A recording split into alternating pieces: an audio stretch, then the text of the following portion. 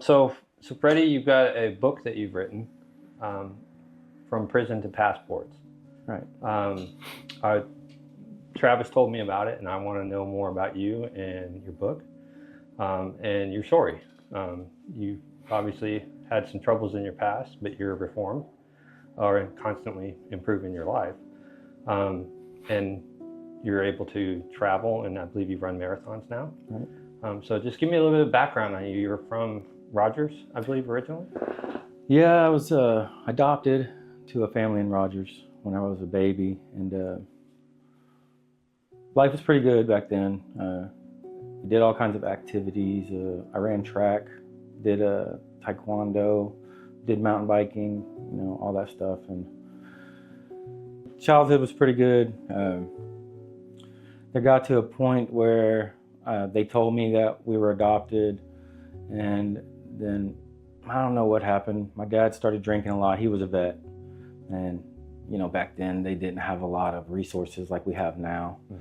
And that caused a lot of problems in the household. We would get in trouble, and we'd get disciplined, and then he would go off and forget that he disciplined us, and then come back, and it would just be like, it was a nightmare. Well, I started running away pretty early.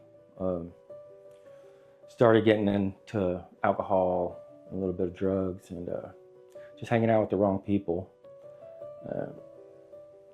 I'd run away from home. They'd snatch me up, take me back home, and we ended up in the juvenile system, where I just wouldn't stay home. I just kept running away, and they kept arresting me. Finally, they locked me up. I went down south it was called Alexander. It's a youth prison. Okay. Not the place where a young boy should have went. It's pretty rough in there, and I had some traumatic experiences in there. That just led to a little bit more confusion and more trying to escape.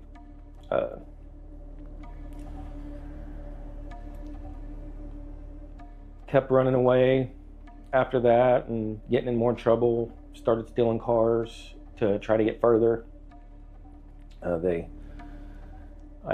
got charged as an adult at 16 and sent to adult prison. So another place that a young man doesn't want to go. Years of that, I never even did meth until after I went to prison the first time. I got down there, and those guys, the old school dudes, would glamorize it, doing drugs and all this stuff. How old were you? You said you were 16 I was 16. when you went to adult prison? Yeah. You were charged as an adult, and they sent you to an adult prison. Yeah. And what was the charge on it? Just Theft. theft? Yeah. Like grand theft auto, or It was just theft of property. theft of property? Yeah. And how many years were you sentenced for that? 7. 7 years for theft of property at a young age. Yeah. And how long did you serve that first term? I did 14 months, and then was released, but I didn't stay out long. Like I said, as soon as I got out, I started doing meth. And so I was out for 3 months, and then I went back, and it was basically the same cycle I think I was out for 6 months out of that 7 years. So just going back and forth, and then there was a point where I kind of started getting into the prison life. I started falling into what was going on there and really focusing on that. And, I wanted to belong to something. I didn't feel like I fit anywhere. So the normal for you was the prison life. It was something you were familiar with. Yeah. And so if you made it out, you kind of, did being on the outside feel abnormal to you? It would feel abnormal. But also I was just lost. I didn't have any direction. I had zero direction. I had I didn't really have any mentors, other than the guys that I was locked up with. And so that was kind of that's just how I saw my life, So the juvenile prison that you went to before you were charged as an adult, can you tell me a little bit about, what it was like, what resources they have for obviously troubled youth. Were there any resources, counseling, or anything like that? I don't remember any resources. No work, like something to try to educate you or give you a skill set when you get on the outside? Not that I remember. I just remember it was more like just trying to survive, without getting beat up or whatever. So there was no type of why are you in counseling? So during a monthly basis, was there anything like that? Or? No. So basically, you were just put in there to do your time. Yep. No programs for to complete your GED or finish school? I think we did have school, but I don't really remember learning anything. But so something happened while I was in there that has affected me too. I was raped by two of the other inmates, and one of the guys got 40 years and one of the guys got 30 years, and so that's something that has really affected me as well, yeah. And then whenever I went to prison, then I have to worry about seeing these guys. You know what I mean? Running back into it. So it's right all over again. I'm back in the same situation. It felt like, and yeah, it was only I was there for a week, and I saw one of the guys in there. And I had somebody I was talking to on the outside, and they helped me get transferred to another prison. For your own safety? Yeah. So I had put those guys on my enemy alert list, and they kept us separated. So this is when you were, how old were you whenever? I was 14 whenever I was raped. And at 16 you ran into him again. Mm-hmm. And that must have rekindled a bunch of anger and emotions. Very scared. While you're in. And back then I was just a scared kid, I wasn't a fighter or anything like that. Obviously, you thought, so you were adopted, and then you found out you were adopted. So you thought your parents were your biological parents up until a certain age, right? Yeah, and then when all the when the discipline really started and the spankings with the belts and stuff, and then I'm over here knowing that I was adopted, I felt like I was getting screwed, man. You're not even my real parents, and this is how you're doing me, right? And I just and I was a runner in school. I ran track. And so I've always kind of identified as a runner. And so I would just run away. Right. When things got to where I didn't know how to deal with them, I would just run, So running has always been a release for you. Obviously running makes you feel good, allows you to clear your mind, but is that accurate? Running has... Yeah, I've definitely always identified myself as somebody that runs, and it's always felt really good. When I was younger, I was actually really good at it and fast, so I took pride in being fast. And even though I'm not very fast now, I still get that spark back whenever I do it, Yeah. So Fast Freddie, right? Back in school. That's right. Yep. Yeah. So but it also became a normal for you to run from problems. Is that an accurate statement? Yep. And sometimes you got to face your problems up front, right? Yeah. And I think after some time, you have realized that and kind of put those into practice in your normal life, correct? Yeah. So tell me about your 10 steps that you follow on a daily basis. So I believe in focus. Whatever you focus on is going to magnify. So I try to focus on things that are going to move me forward, future stuff, and try not to turn around and look back there too much. Also build in good relationships, new relationships that push me forward instead of the old relationships that would keep me in the same spots. That's a big part of my thing, is meeting new people, forming a new relationship, and then building a better, stronger social circle. And also a big thing for me was this one moment when me and my brother were mountain biking in Colorado. I hadn't been able to leave the state or anything, because I'd been on parole. And finally, whenever I got a little bit of freedom and got to go do that, and I just realized how big the world was. So going places and experiencing new things has been big for me as well. Having a good appetite for life and new experiences. Yeah. And I can imagine after spending time in prison that you probably crave that a lot. To go and experience the world and stuff that you've missed out on. And I felt like I was boxed in for a long time, from being in prison and just, I get myself, in the past, I've put myself in bad situations with people, the wrong people. And I think we all have a tendency to probably gravitate to stuff that feels normal, right? Yeah. Or feels comfortable, even if it's not the right for us, So we need to go back, I guess, to your family, like your adopted parents. Were you guys wealthy, middle class? Middle class. I never heard them struggle about money. They never were like, we don't have money for this or that. We took a vacation every year. We did all kinds of different sports stuff. We always had presents at Christmas. So it wasn't like a struggle. There was always food and stuff,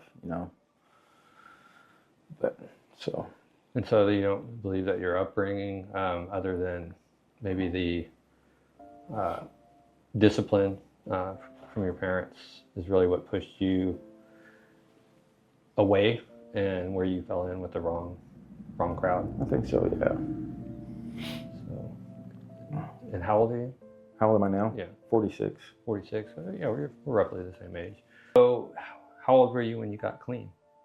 I've been clean almost 8 years. So Congratulations. 38. 38. Or 30, yeah, 38. What year did you get out of prison? Like when were you done with that and just on parole? So I went back to prison 2015 for some meth charges. And then I got out and I started getting high again, but I was doing opiates, like heroin and stuff like that. And, I was seeing people die off of the same stuff that I was doing. And the time before when I went to prison, I started realizing like the effects that my decisions were having on my family. I was out on bond and I was on my way to court to get sentenced, and I dropped my kids off at daycare, and my son knew that I was going to prison that day. And when I looked back in the classroom, he was just so sad, man. And he just had his hands in his face and his chin like that. Or his face in his hands like that. And that memory stuck with me. And then I got out and was still using, and seeing my friends die and stuff off the same stuff that I was using. I got arrested. I got pulled over for speeding, and I didn't have a driver's license, and the cop was arresting me. And this is the moment that really stands out, that made me say, I'm gonna do whatever it takes to get clean and sober. And the cop had told my family that they're gonna take me to jail, cite me, book me out, Mm-hmm. So my family thought I was just going to jail for a few hours, but my youngest son was just crying. They let him come to the car and tell me goodbye, and he was devastated. And in my mind in that moment, I had like some real raw clarity about what the future was going to look like. Mm-hmm. And I knew that I was going to die. And if I was going to jail and my son was that messed up over one day, what was it going to be like when I never came home? Sobering moment. Right? And so I still think about that moment, and it's like, I didn't get out of jail. My officer put a white warrant on me. I had got too many points, sent me back to prison. So I was like, it really sucked. But when I got there, I took this program and I said, you know what, I'm going to take this program. I'm going to sit in the front row. I'm going to take notes. I'm not going to talk to anybody that's not taking it seriously, And I did that. And I had this one teacher, and he was like a motivational speaker. He was an asshole, but he would tell, the stuff that he was saying, it was like turning light bulbs on for me. And So whenever I got out, I started listening to motivational content on YouTube, podcasts, stuff like that. Because I realized not only was I not getting the right message in from other people, but I wasn't playing the right message to myself. Right. In my mind, I was a loser. I was all these things, you know. So I started getting in these messages, and then that's when I started hearing about like people doing these endurance challenges and different stuff like that. And it started planting a seed for me. And I was like, I wonder, could that be me? You know? Yeah. And so little bit by little bit, I start taking action on some of these things that I've heard. And little bit by little bit, that guy starts becoming who I am, you know? You are what you focus on. You are what you focus on, you know? That's awesome. So you wrote a book. You decided to write a book. What inspired you to write a book? Knowing that I'm not going to be around forever, and, you know, realizing like whenever I was younger how lost I was and how I just needed somebody to help me in the right direction, and thinking about my kids, like what if something happens to me and they need dad and they don't have dad anymore? Yeah. They can read back and say, well, we got this book dad wrote, or this or that, you know, and they can maybe try to feel closer to me and try to maybe use that to help them. Awesome. You run a tattoo shop here in Gravette, Arkansas. Tell me a little bit about how this came to fruition. The lady gave me a call and asked me if I wanted to rent this space, and I was in between working at doing tattoos. I mean, the last guy I was working with had a disagreement, and I was working in the oil field, which that was not good. So the lady asked me if I wanted to come rent the building, and I came back and rented the building and started doing work again, and it's been great here. Steady clientele, and yeah, steady clientele, and you know, working for myself, it's better. That way I can kind of choose the people that I work with. You know, you don't have to take just anybody off the streets, and you don't have to. You're self-reliant. Right. When you got out of jail, the multiple times that you got out of jail, what was it like trying to provide for your family? What kind of jobs were you working? How was it perceived whenever you went and applied for jobs? You know, I could get the fast food jobs pretty easily, or kitchen jobs as a felon. I never really applied for anything that was really worthwhile. You know, I did quite a few construction jobs, but I never really could stick with a job. Like it was hard for me to go and work for other people for some reason. Okay. When you were in prison, you did tattoos in prison. I started doing tattoos in prison, yeah. And from as soon as I started doing tattoos, I started visioning myself having my own shop one day. And I tried several times to get my license, and I don't think I was ready, you know, mentally. So it took a while for it to actually happen. But me and my brother opened a shop in 2012, and we got our licenses. And what kind of support network did you have each time you got out of prison? Did you have? You mentioned your brother several times. What was your family, siblings? You still in contact with your parents? My parents died, but me and my brother have a pretty good relationship. But he never really knew how to help me, other than just being there for me whenever I reached out for help. And I never really stayed out very long. Alcohol always got me back into the other stuff. I'd always swear off the drugs, and I'd do good. But I'd start drinking again, and alcohol led me back every single time. Hanging out with somebody or at a party, every single time, and all of a sudden, boom, it happens. Yeah. What advice would you give to other people that maybe, you know, having a risky lifestyle, having the problems, the cycle, the revolving door of a problem? What do you say to those people to motivate them or encourage them? Well, there was a lot of times where I felt like giving up, and I'm very thankful that I didn't. And just you can't give up, and don't face backwards, face frontward. You know, focus on you got to visualize what your future could look like if everything went right, you know? And the survival mode will have you looking at what to avoid, you know? But like we say, where focus goes, energy flows. So I like what you said about when you're running, you're focused on where you're going and not what's behind you. I definitely use it as fuel, you know. If that's how low I could have been, how high can I go, you know?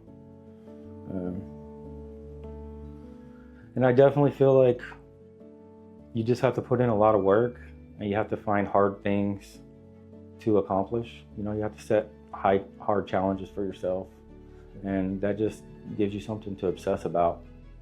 You need a mentor too. You need to be around people that are doing what you want to do, you know? Yeah. So that's a big thing. It's like, get around people that are already where you want to be and try to learn from them, you know? So when you went to the class in prison and you listened to that speaker and started listening to motivational speakers, did you feel like that was a mentor to you? That was your mentoring program. Do you feel like you could be a mentor to people? I do feel like that by leading by example, though. You know, I tried to work with other people, and it's hard for me because I'm the type of person that want to do too much of the work for them, and then they don't get the lesson themselves. Yeah. But I definitely believe in leading by example, and you know, if you do as I do, you'll be all right, type of deal. You know? Yeah. So you like running marathons, and so how many marathons have you run? I've done 6. 6 marathons. Yeah. So I started doing the marathon. I was running and stuff, but the reason I started doing marathons was because my mom died, and me and my wife separated. And then the guy that raped me got out of prison, all in like a short period of time. So I was like dealing with like a lot of pressure and a lot of like stuff I didn't really know what to deal with. So instead of, you know, going back to the drugs and alcohol, you know, I had built this nice little habit for myself of taking care of myself, and I just leaned into that more. I was like, okay, I need a really big challenge. What would be a big challenge? And I said, all right, the marathon. I did the marathon the first time in Dallas. I started walking after mile 14. So my goal is to run the full 26 miles without walking. So I signed up for another one, started training for it, started walking about mile 20. I'm getting closer. Then I registered for another one, trained for it, ran the whole 26 without walking.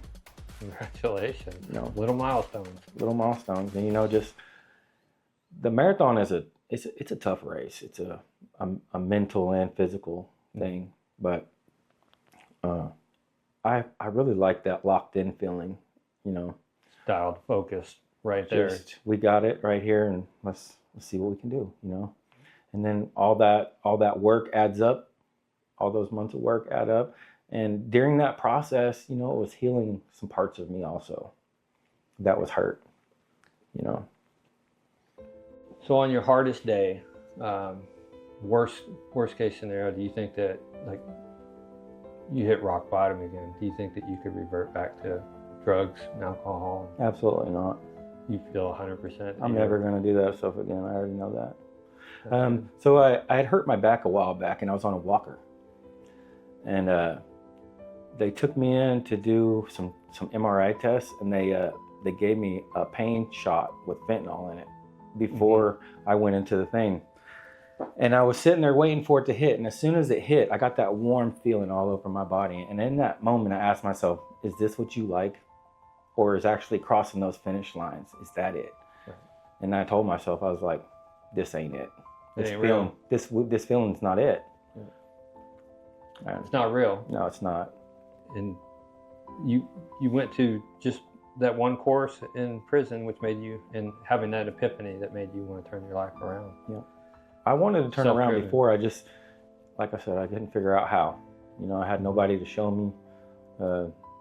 Back then, I didn't know anything about YouTube podcasts or any, you know, I don't even know if there was than really a big deal like this. But so, who's the most inspirational YouTuber that inspired you and that you listen to constantly? David Goggins for sure. What was one of the most profound things that you've learned from him? When you think you're at 100%, you're really only at about 40%. Really?